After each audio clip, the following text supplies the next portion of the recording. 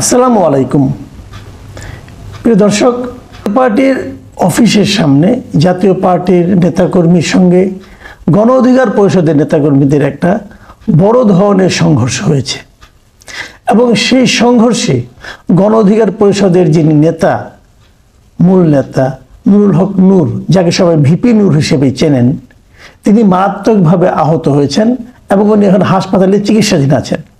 কিন্তু প্রশ্ন হচ্ছে, এই সংঘর্ষটা কেন হলো? সংঘর্ষটা কে করলো? জাতীয় পার্টির দিক থেকে বলা হচ্ছে যে তাদের অফিসে গণ অধিকার পরিষদের লোকজন আক্রমণ করেছিল, আর বিপরীত দিকে গণ অধিকার পরিষদের পক্ষ থেকে বলা হচ্ছে যে তারা নাকি সামনে দিয়ে একটা মিছিল নিয়ে যাচ্ছিল বিজয়নগর দিয়ে, তখন নাকি ওই জাতীয় পার্টির অফিসের সামনে কিছু লোক ছিল, তারা নাকি তাদের মিছিলের উপর অ্যাটাক করেছে। এখন এটার কোনটা সত্য কোনটা মিথ্যা, এটা এই মুহূর্তে ওখানে যখন আমরা ছিলাম না, আমরা হয়তো বলতে পারবো না।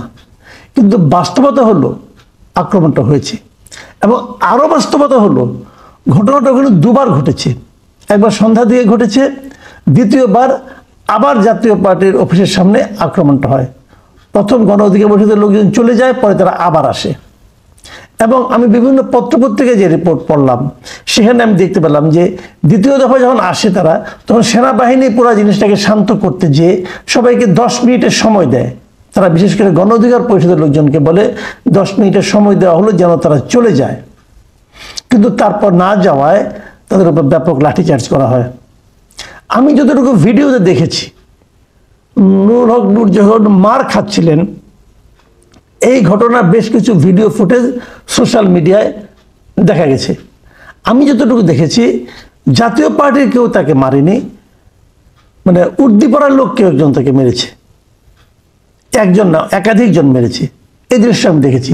এটা কি সেনাবাহিনী সেই নির্দেশনা না মানার কারণে ওনাকে মারা হয়েছে, আমি ডিটেল বলতে পারবো না।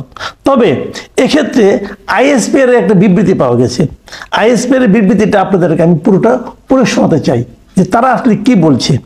আইএসপি বলেছে যে ঘটনার শুরুতে আইন শৃঙ্খলা রক্ষাকারী বাহিনীর সদস্যরা উভয় পক্ষকে শান্ত থাকতে এবং শান্তিপূর্ণভাবে স্থান ত্যাগ করার জন্য ও দেশের বিদ্যমান আইনের প্রতি শ্রদ্ধাশীল থেকে শান্তিপূর্ণ প্রক্রিয়ায় নিজেদের মধ্যে মতপার্থক্য দূর করার জন্য অনুরোধ জানায়।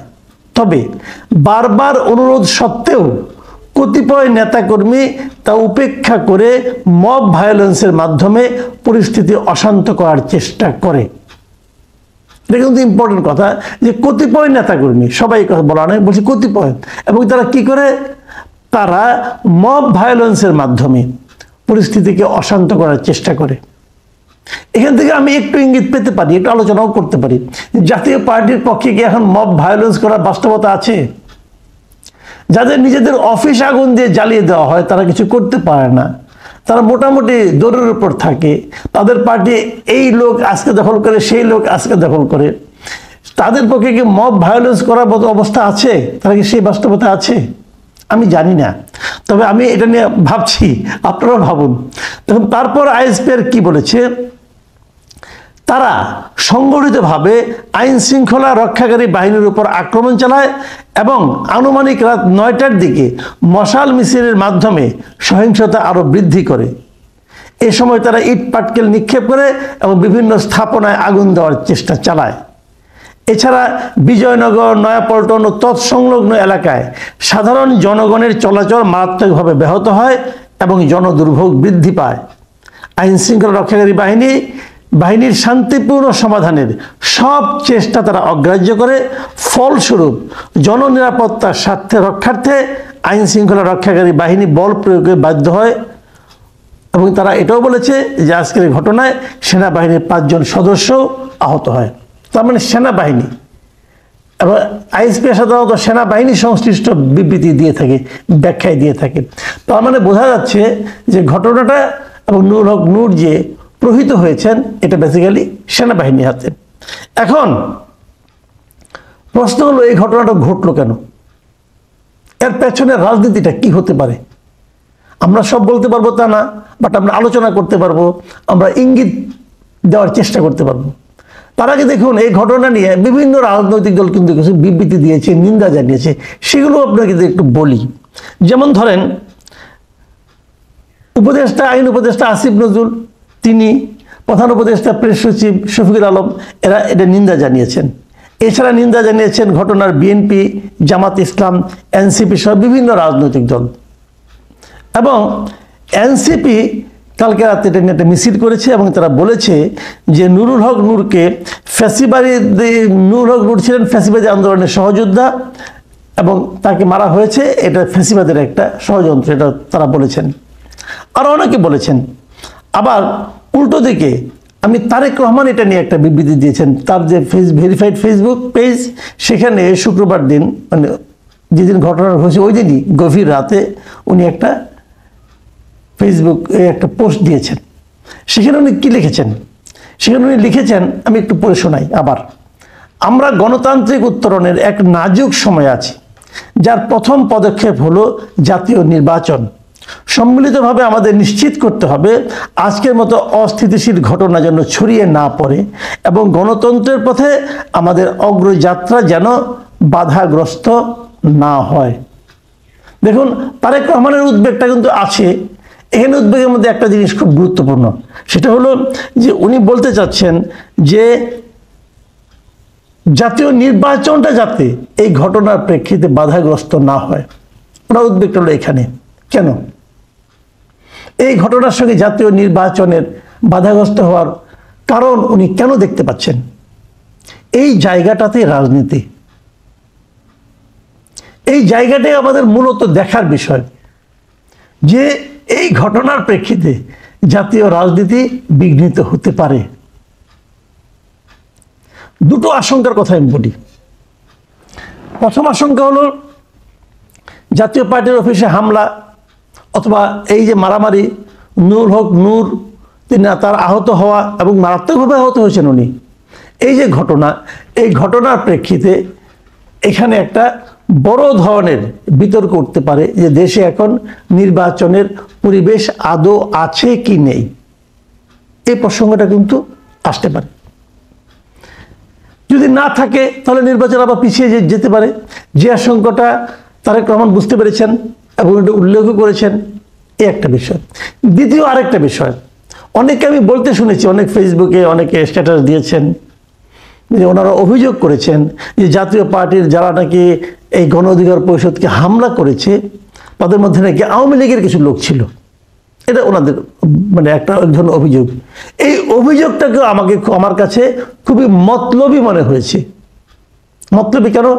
মতলবী এই কারণে যে তারা হয়তো বলতে চাচ্ছেন যে জাতীয় পার্টির উপর ভর করে আওয়ামী লীগের লোকজন পুনর্বাসিত হচ্ছে। এই কথাটা দুভাবে ব্যাখ্যা করতে পারি আমরা। প্রথমত হলো যে যেহেতু আওয়ামী লীগের রাজনৈতিক কর্মকাণ্ড আপনারা নিষিদ্ধ করেছেন, যেহেতু আওয়ামী লীগ এই সরকারের কোনো সমালোচনা করতে পারে না অথবা নিজেদের আদর্শের কথা জনগণের সামনে প্রচার করতে পারে না, আইনগতভাবে পারে না, অতএব তারা হয়তো জাতীয় পার্টির লেবাসে অগ্রসর হচ্ছেন। এটা একটা ব্যাখ্যা হতে পারে। আবার এই ব্যাখ্যার একটা দুর্বল দিকও আছে। দুর্বল দিক আছে এই কারণে যে জাতীয় পার্টি কোনো সন্দেহ নাই আওয়ামী লীগের পুরো শাসন আমল তারা আওয়ামী লীগের সঙ্গে ছিল, গৃহপালিত বিরোধী দল হিসেবে ওই সময় তাদেরকে নিয়ে হাসি ঠাট্টাও করা হতো, এটা সত্য। কিন্তু পাশাপাশি এটাও তো সত্য যে ওনাদের একটা পলিটিক্যাল পার্টি, এটা তারা কিভাবে আওয়ামী লীগের সঙ্গে বিলীন হয়ে যাবে সেটা তো আর সম্ভব নয়। বরঞ্চ উল্টো হতে পারে যে আওয়ামী লীগের অনেকে তাদের এখানে এসে যোগ দিতে পারে। এখন সেটা যদি দেয়, এটা জাতীয় পার্টির পক্ষে কি নিষেধ করা সম্ভব? যে কোনো পার্টি আজকে যদি কিছু লোক জাতীয় পার্টির থেকে এনসিপিতে যোগ দেয়, তো এনসিপি তাদের গ্রহণ করবে না, অথবা যদি বিএনপিতে যোগ দেয় তাদের বিএনপি গ্রহণ করবে না, যদি ওই লোকটার বিরুদ্ধে কোনো ধরনের সুনির্দিষ্ট অভিযোগ না থাকে। করবে না? করবে তো। তাহলে সেটাও হতে পারে, আবার নাও হতে পারে। এটা একটা দিক। দ্বিতীয় যে দিকটা বলে আমি শেষ করব, এবং সেটাই হচ্ছে সবচেয়ে গুরুত্বপূর্ণ। গুরুত্বপূর্ণ এই কারণে যে আওয়ামী লীগের রাজনৈতিক কর্মকাণ্ড নিষিদ্ধ। আওয়ামী লীগ নির্বাচন করতে পারবে না তাহলে, কারণ আওয়ামী লীগের যে নির্বাচনী প্রতীক সেটাও কিন্তু ওই নির্বাচন কমিশনের যে তালিকা আছে, প্রতীকের তালিকা আছে, সেই তালিকা থেকে সরিয়ে ফেলা হয়েছে। আওয়ামী লীগের নিবন্ধন নির্বাচন কমিশন স্থগিত করে রেখেছেন। তাহলে আওয়ামী লীগ নির্বাচনে যদি অংশ না নিতে পারে, হাইপোথেটিক্যালি আমি যদি ধরি, যেহেতু নির্বাচন আর 5 মাস বাকি আছে, আমি ধরে নিচ্ছি আওয়ামী লীগ নির্বাচন করতে পারবে না। যদি না পারে, আওয়ামী লীগের ভোটগুলো কোথায় যাবে? অনেকগুলো অপশন চিন্তা করা হয়েছিল। কেউ ভেবেছিল, আমি অনেকে আওয়ামী লীগের ভোটাররাও আমাকে বলেছিলেন তারা হয়তো ভোটই দিতে যাবেন না, এমনও হতে পারে। আবার কেউ কেউ ভাবছিল এই ভোটগুলি হয়তো বিএনপির দিকে যেতে পারে, আবার জামাতের দিকে কিছু যেতে পারে, অথবা এনসিপির দিকে যাবে বলে আমার কাছে মনে হয় না, তারপরে যেতে পারে, কেউ কেউ দিতেও পারে। কিন্তু সবচেয়ে যে বড় সম্ভাবনার কথা এখন আলোচিত হচ্ছে যে যদি জাতীয় পার্টি নির্বাচন করে এবং যদি সারা দেশে আওয়ামী লীগের সমস্ত ভোট জাতীয় পার্টিতে চলে আসে, তাহলে কিন্তু নির্বাচনে একটা ডিজাস্টার হয়ে যেতে পারে। ডিজাস্টার কি অর্থে আমি বলি, ডিজাস্টার আসলে নেতিবাচক অর্থে বললাম, আসলে ডিজাস্টার না, মানে নির্বাচনের যে ফলটা সবাই ভাবছেন যে এটাই হবে এটাই হবে, তার একদম আমূল পরিবর্তিত একটা ফল আসতে পারে। কাজেই এটাকেও কিন্তু কেউ কেউ ভয় পেতে পারে। কেউ যদি ভাবে যে আমাদের তো নিশ্চিত যে আমরা দ্বিতীয় স্থানে থাকব, দেখা গেল তারা দ্বিতীয় স্থানে থাকতে পারলো না, তখন তারা তো আতঙ্কিত হতেই পারে। আর এই যে আতঙ্ক, এখান থেকে বের হওয়ার উপায় কি? সম্ভাব্য একটা উপায় হলো জাতীয় পার্টিকে নিষিদ্ধ করে দেওয়া। আপনি নিষিদ্ধ কিভাবে করবেন? আওয়ামী লীগকে তো করেছেন, জাতীয় পার্টিকে কিভাবে করবেন?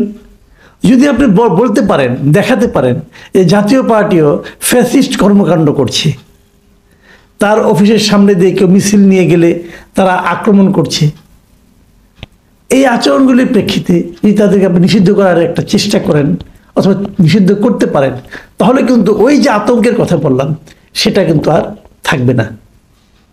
এবং আমার ধারণা আজকালকের মধ্যে দেখবেন এই আলোচনাটা উঠতে থাকবে যে জাতীয় পার্টিকেও নিষিদ্ধ করতে হবে অথবা জাতীয় পার্টিকেও নির্বাচনের বাইরে রাখতে হবে। জাতীয় পার্টিকে নির্বাচনের বাইরে না রাখতে পারলে ওই আতঙ্ক কিন্তু ওই বিশেষ দলগুলোর থেকে যাবে না, এবং সেই দলগুলো এই মুহূর্তে পাওয়ারফুল, তারা সেটা করতে চাইতেই পারে। প্রিয় দর্শক, আপনার সামনে